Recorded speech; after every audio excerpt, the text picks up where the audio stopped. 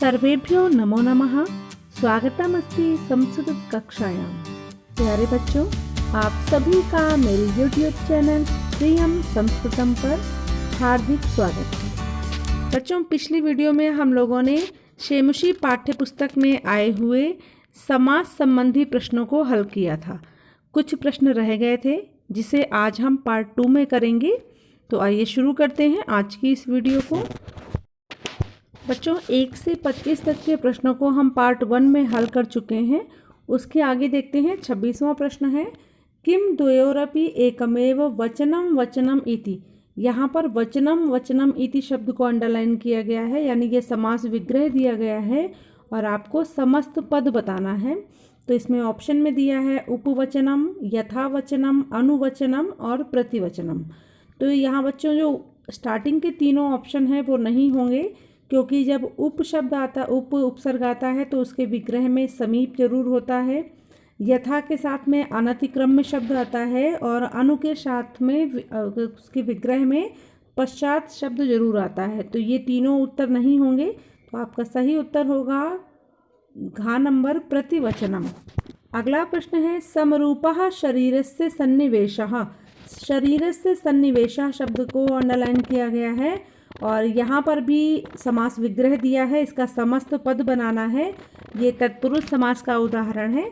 तो इसका ऑप्शन देखते हैं इसके, शरीरस्य सन्निवेशः, शरीरस्य सन्निवेशौ, शरीर सन्निवेशः, यथा शरीर सन्निवेशः।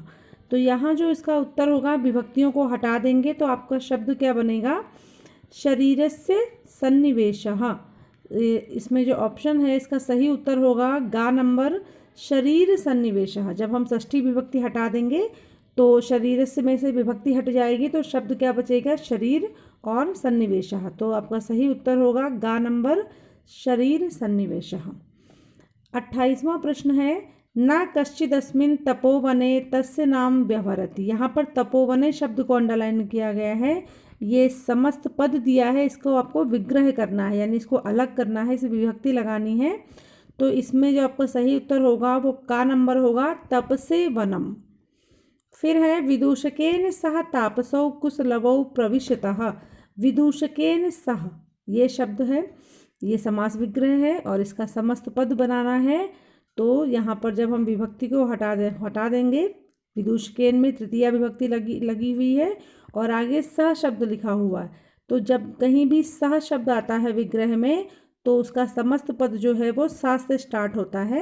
तो यहाँ पर देखिए, पहले में है यथा विदूषकम, दूसरे में है निर्विदूषकम, तीसरा है उपविदूषकम और चौथा है सविदूषकम। तो यहाँ पर आपका सही उत्तर होगा घ नंबर सविदूषकम।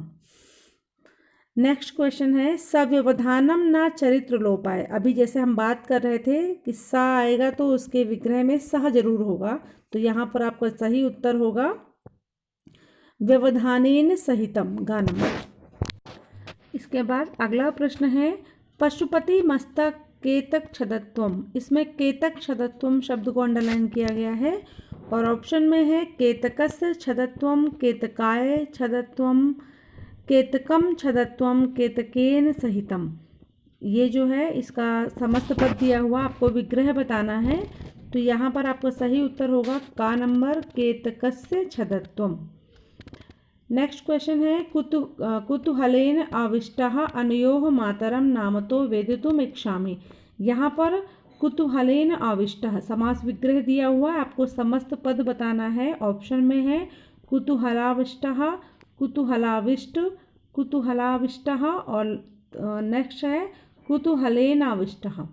तो यहाँ जो आपका सही उत्तर होगा वो होगा कुतूहलाविष्टः, गा नंबर। फिर है, तपोवन वासिनः देवीति वाल्मीकि बधू इति नामना आह्वयन्ति।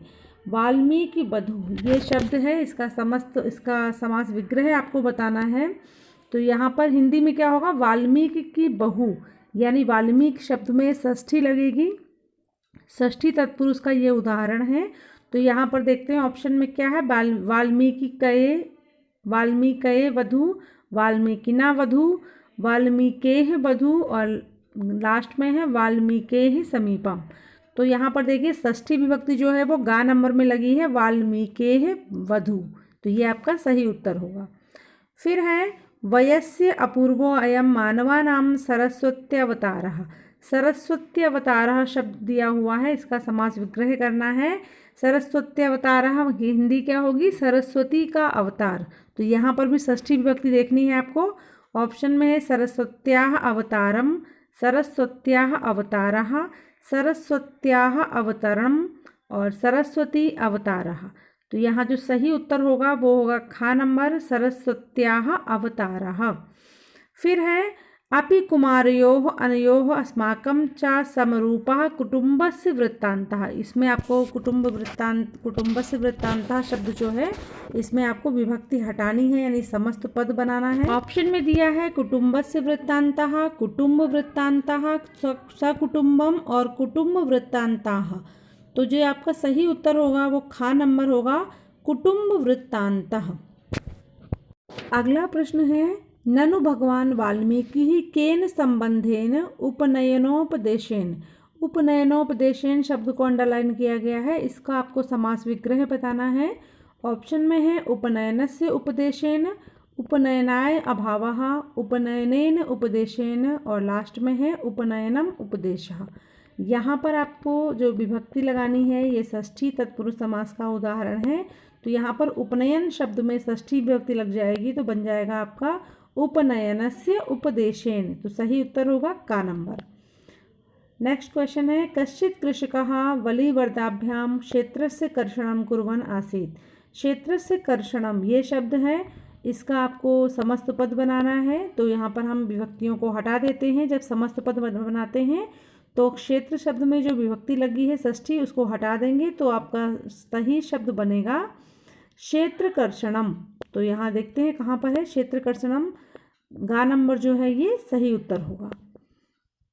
सुरभेः अवस्थां दृष्ट्वा सुराणाम अधिपः ताम अपृक्षत।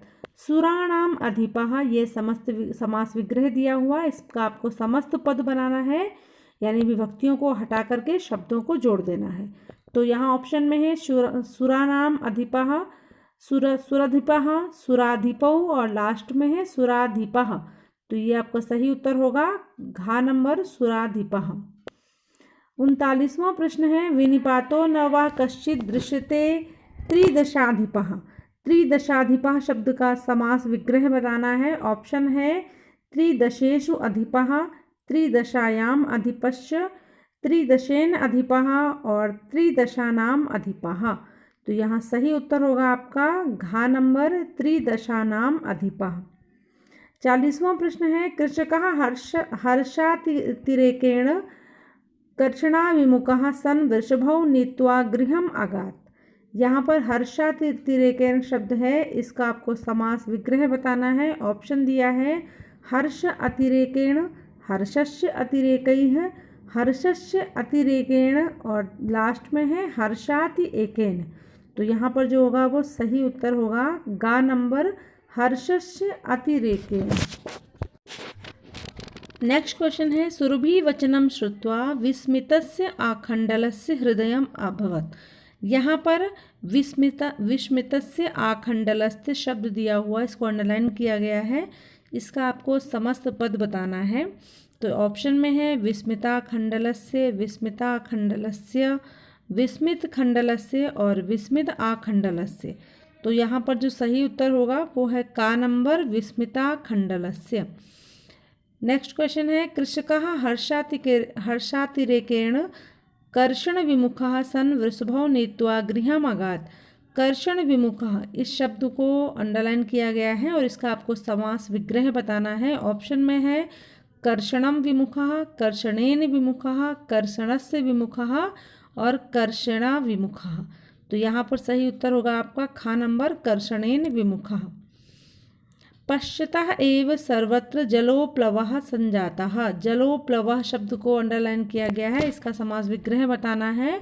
तो इसका समास विग्रह देखते हैं। ऑप्शन में है जलेन उपलवः, जलात् उपलवः, जलस्य उपलवः और जले उपलवः। षष्ठी तत्पुरुष का उदाहरण है ये भी। तो यहाँ पर सही उत्तर होगा गा नंबर, जलस्य उपलवः। 44वां प्रश्न है सुरभि वचनम श्रुत्वा आखंडलस्य हृदयम अद्रवत्।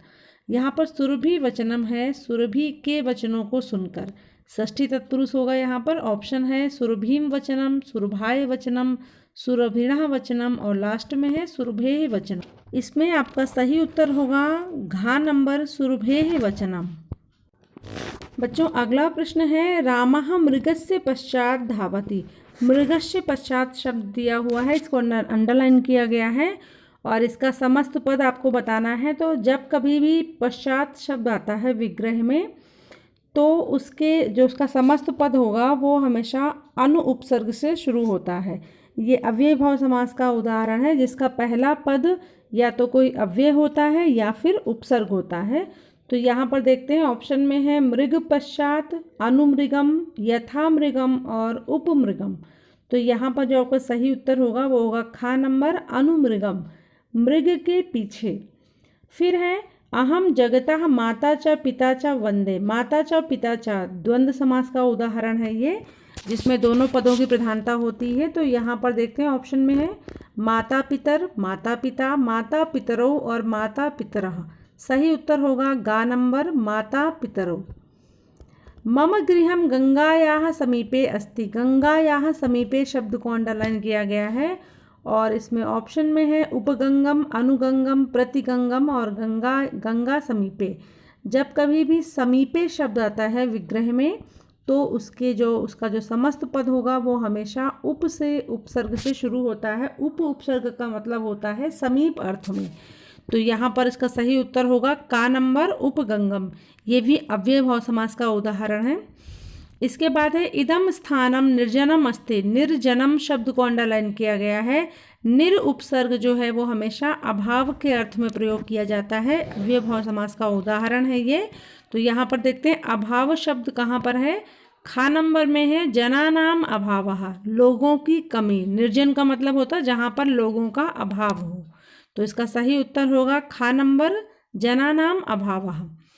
इसी तरह अगर कोई दूसरा शब्द आता है निर्धम, निर्धन शब्द आता है तो वहाँ पर क्या होगा धनस्य अभावः। निर्जल में होगा जलस्य अभावः, इस तरह से। फिर है अंतिम प्रश्न है आज की इस वीडियो का। उद्याने माला लतायाः पश्चात धावति। लतायाः पश्चात, देखिए ऊपर भी आया था पश्चात शब्द आया था, तो यानी इसमें अनु होगा इसके समस्त पद में। तो देखते हैं अनु कहाँ पर है। घ नंबर पे है अनुलतम। तो इसका सही उत्तर होगा घ नंबर अनुलतम। बच्चों ये था समाज से संबंधित प्रश्नों का संग्रह है जो कि आपकी पाठ्य पुस्तक शेमुशी से लिए गए हैं ये प्रश्न, और वो सभी पाठ इसमें सम्मिलित किए गए हैं जो आपके फर्स्ट टर्म के एग्ज़ाम में आएंगे। आशा करती हूँ ये वीडियो आप सभी के लिए उपयोगी साबित होगी। अगर आपको कोई डाउट है, कोई प्रश्न है तो आप मुझसे पूछ सकते हैं। आप सभी का इस वीडियो को देखने के लिए बहुत बहुत धन्यवाद। फिर से एक नए विषय के साथ आपके समक्ष उपस्थित होंगी। तब तक के लिए सर्वेभ्यो नमो नमः। धन्यवादः। पुनः मिलामः।